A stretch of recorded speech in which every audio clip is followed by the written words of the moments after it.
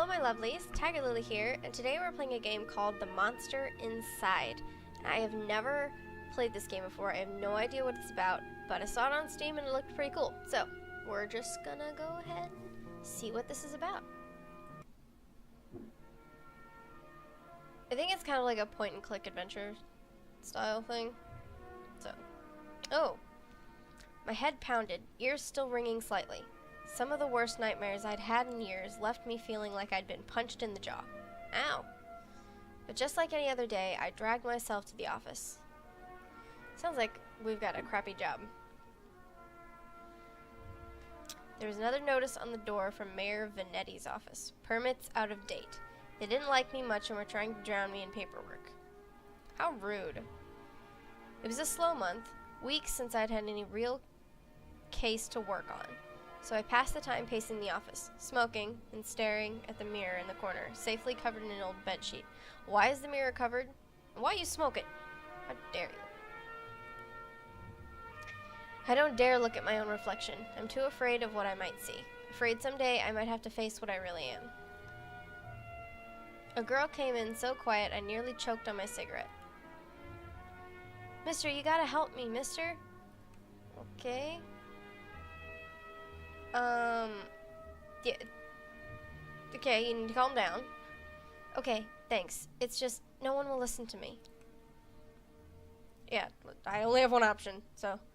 She eyed me with just a dash of suspicion as I tossed back a handful of pills and chased them with a swig of whiskey. I could tell this might take a while. What kind of pills did we just take? Her name was Lily. She told me she was his mistress. The man all over the newspapers, the infamous banker, Mr. Reginald Farnsworth. Is he related to Professor Farnsworth in Futurama? Mr. Farnsworth was a drunk, philandering bastard? Philandering? Is that the right word? Is that how you say that? But this girl seemed genuinely concerned that he had recently gone missing. Okay. Less concerned about the fact that Mr. Farnsworth's wife had just turned up dead in Central Park 2 nights ago. You don't understand. He just couldn't have done it. He hated his wife, but he couldn't have killed her. Everyone thinks it was him and no one believes me. He's gonna be in trouble. Yeah, I'm not saying I believe you, but what is your reasoning? Well, Mr. Jack. You can call me Jack. Okay. Jack, whoever did this to his wife must have been the one who took him.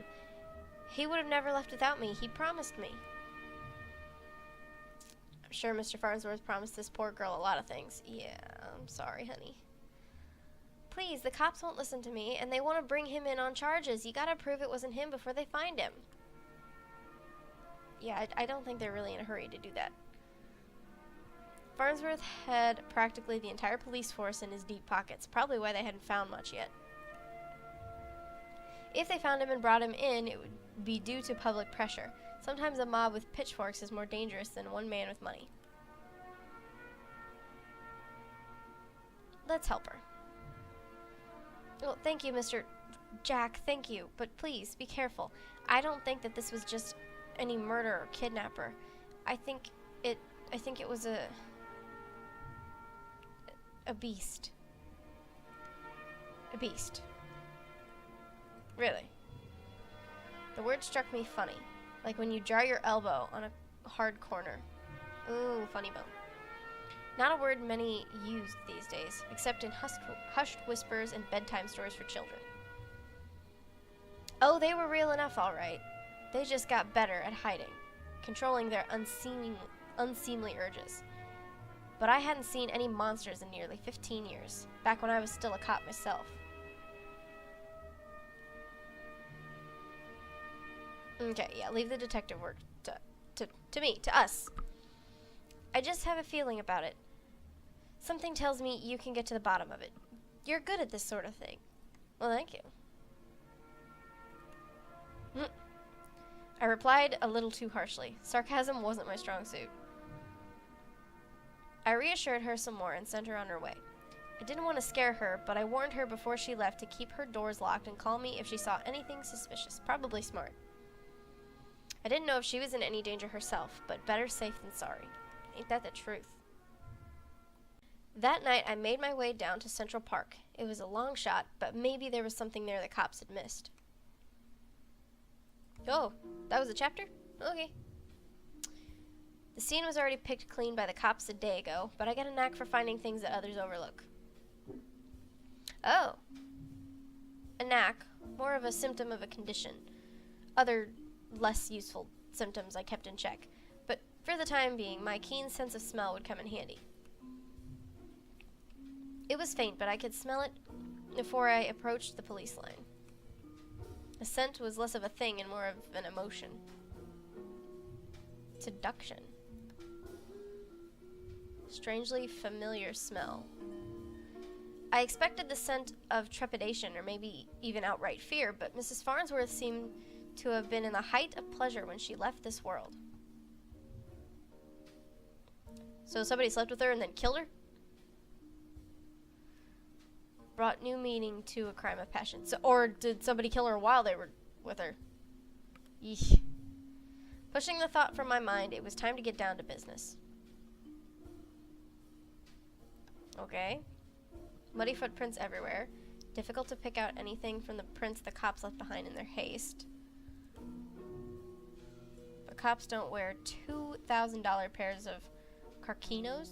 What are carquinos? Looked like Mr. Farnsworth was out here that night and walked away on his own 2 feet. Uh-oh. So, is that the only other thing? A burn mark on a nearby tree caught my eye. Ran my finger along its length and felt a chill down my spine. This wasn't just any burn mark. This was the mark of an ancient magic. Uh-oh. It's doubtful the cops would have picked up on it. Could Lily have been right? Something unnatural was at play here? But I was no stranger to the strange.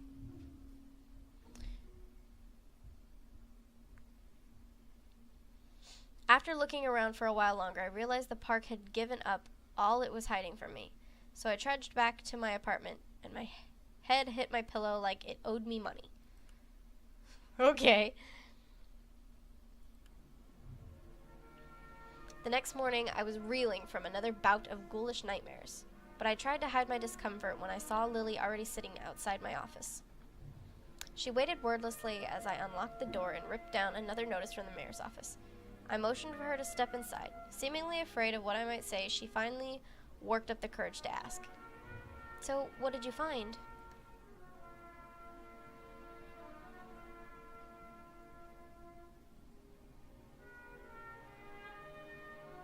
Yeah, not sure about beasts, but something unnatural's at play here. Unnatural? How do you mean? Yeah, let's not really give her any clues. What does that mean? What about Reggie? Do you know where he might be?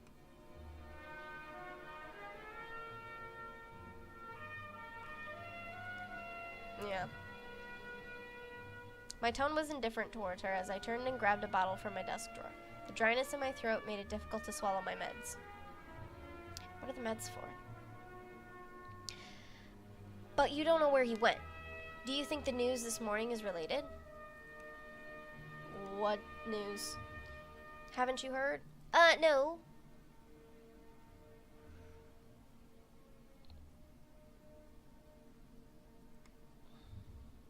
They found the police chief's wife dead down by the docks. They say it happened last night. Uh-oh.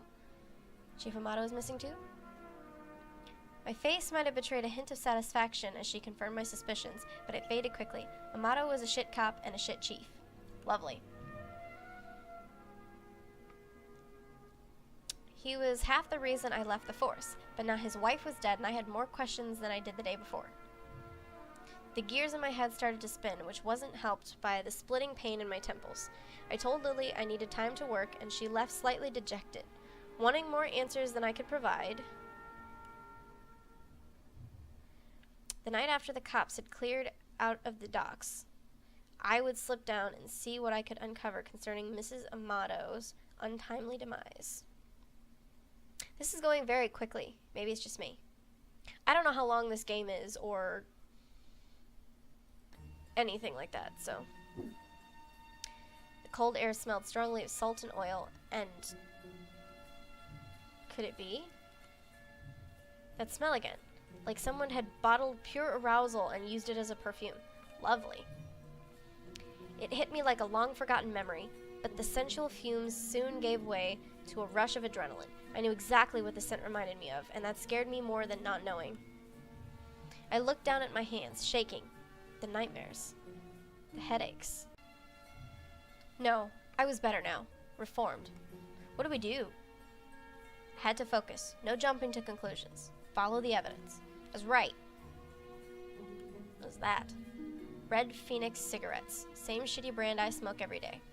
Everyone's got their vice.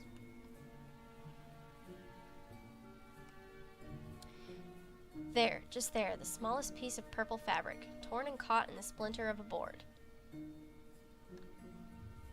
The police report didn't say anything about Mrs. Amato wearing purple, and it was certainly of a quality that you wouldn't expect around here. Don't see too many high society types around flaunting royal purple threads. I pulled out my own pack of reds and lit up. I could already feel another headache coming on, but looking out over the waves seemed to help me forget. The cold helped me push down the uncomfortable thoughts that had been bubbling to the top of my brain. I honestly don't remember the walk back to the office. Apparently, I spent the night in my easy chair, the air from the docks lingering on my clothes. That's not a bad way to spend the night. It's not a great way, but it was still dark out. No, I checked the clock. How long had I been out? Had I really slept through the entire next day? A newspaper was sitting under the door. As I stood to fetch it, I nearly fell over. A wave of nausea hit me like a ton of bricks. Uh-oh. I steadied myself and regained my composure. Before I even picked up the paper, I could already read the headline. Breaking. Mayor missing, wife found dead. Oh no, what is going on in this town? 2 cases is a coincidence. 3 is a pattern. You darn right it is. The cops would come asking questions soon. They knew I had a history of antagonizing all the victims. I stumbled to my desk and slammed back 3 days' worth of inhibitor pills. I couldn't take any chances. I had to investigate the scene to be sure.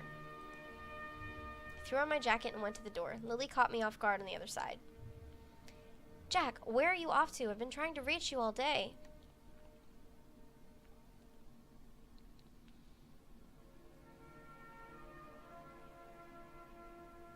I don't think we should tell her anything. Okay, but we need to talk when you get back. Stay safe. Okie dokie then. She gave me a soft kiss on the cheek as I rushed off. Part of me wanted to stay and tell her it would be okay, but it would be a lie. Why would it be a lie? The alley was located just behind the high-rise apartments where Mayor Vanetti and his wife lived.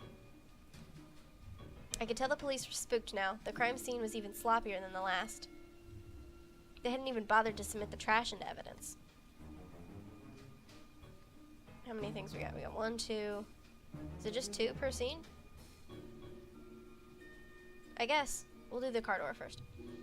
Vanetti's car. If he's still alive, why wouldn't he have left it in... Why wouldn't he have left in his car? Okay, I didn't read that right. It didn't make any sense. I honestly wasn't too motivated to find him, but the stakes were too high, and my bet was edging towards the unthinkable. Why wouldn't they at least look through the dumpster? It seemed untouched. No one wants to do the dirty work. But I know how to find the good stuff. It really doesn't take you long if you know what to look for. Lightweight bags usually mean someone was dumping documents. If you were lucky, they didn't bother to shred them. Jackpot. Shell companies, shady stock trades, bribes. I knew Mayor Vanetti was crooked, but this is unbelievable. There was more here. Letters between Mayor Vanetti and Chief Amato, talking about me? How they were trying to get me shut down. They didn't like me snooping around crime scenes all the time. Well, they weren't here to stop me from snooping around this one. As I searched around for anything that might assuage my fears, I caught the scent again. It overwhelmed my other senses with undulating pleasure. It was intoxicating. A weapon used on the weak-willed.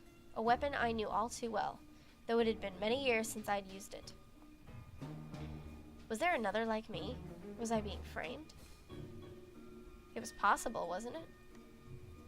I was taking my inhibitors. I was reformed. But the nightmares, the headaches, the memory lapses. I couldn't even trust myself.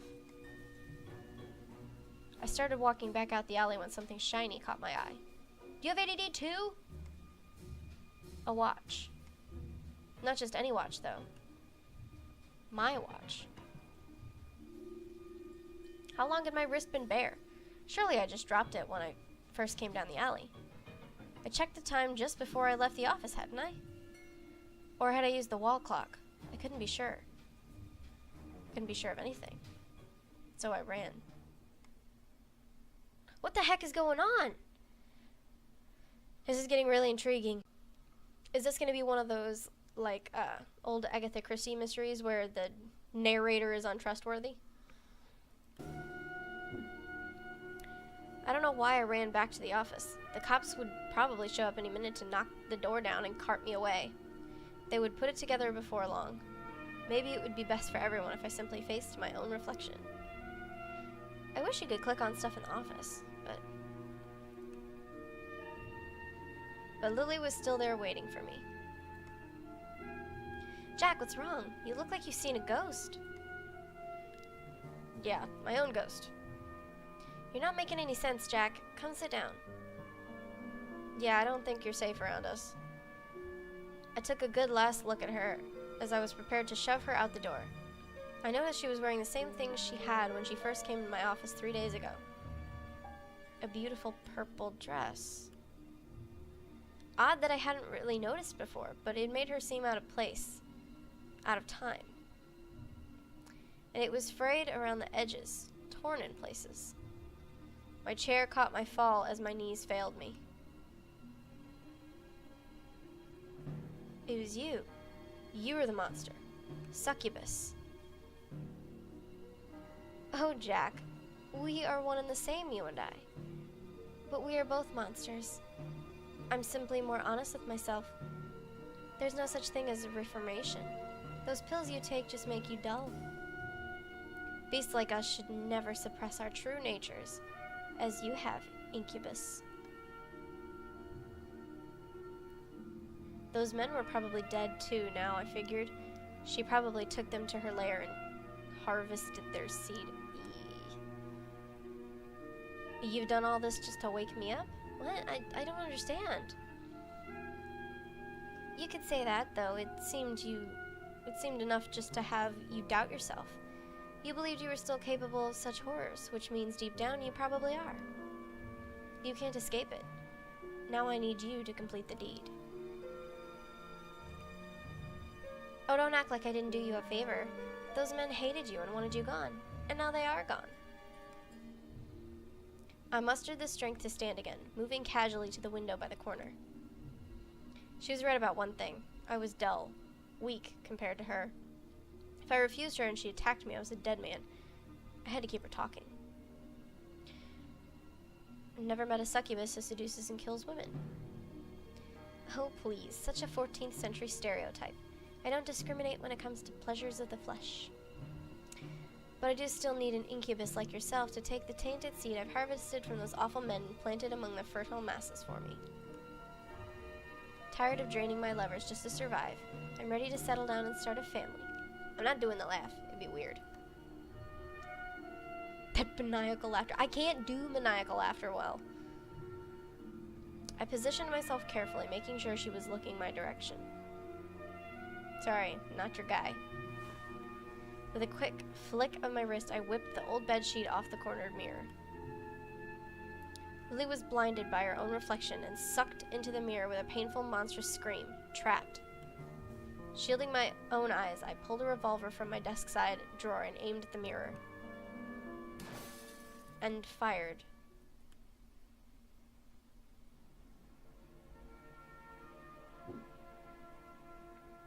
Okay then.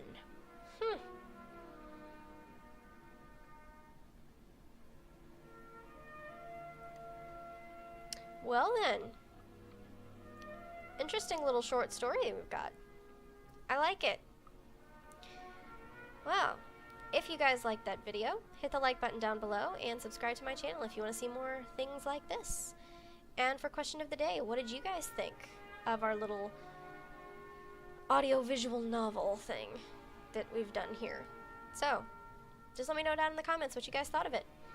That being said, this is TigerLily. Until next time, my lovelies. Bye!